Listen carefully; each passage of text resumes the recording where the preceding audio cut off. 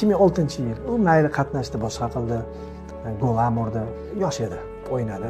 Hali jahon chempionatlari ko'p dedi. 10-jahon chempionatida o'zining ustozi bo'lgan Diego Armando Maradona boshchiligida o'ynadi. Rasvo bo'ldi, ketdi. Dedi, 2-jahon chempionati ketdi deb. Keyin 2014-yilga bordi. Argentina terma jamoasi finalga chiqdi. Nihoyat baribir himoyaviy uslubda o'ynasa ham mayli finalga chiqdi. Finalda yutqazib qo'ydi. Yutqaziq alamini, finallardagi azoblarni totib ko'rdi terma jamoasida.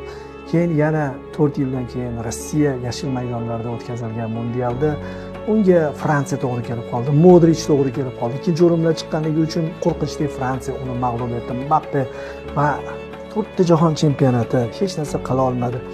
Va Qatardagi mundial biz ulg'aygan Messining yorqin faoliyatini ko'rdik. Va Messi uchun bu ertaknamo bo'lib tugadi. Ya'ni inson ulg'ayadi, juda tajriba orttirgandan keyin bitta ijod qiladi, ana shu ijodi shohasar bo'lib chiqadi. Messiniki ham ulg'ayishning mana shu mevasi desak bo'ladi Qatardagi jahon chempionati. Chunki Messidan hech kim qutqaruvchi vazifasida foydalanmadi, lekin Messi o'zi bilib muhim pallalarni qutqaruvchi bo'ldi. Shuning uchun Zal butunlay beixtiyor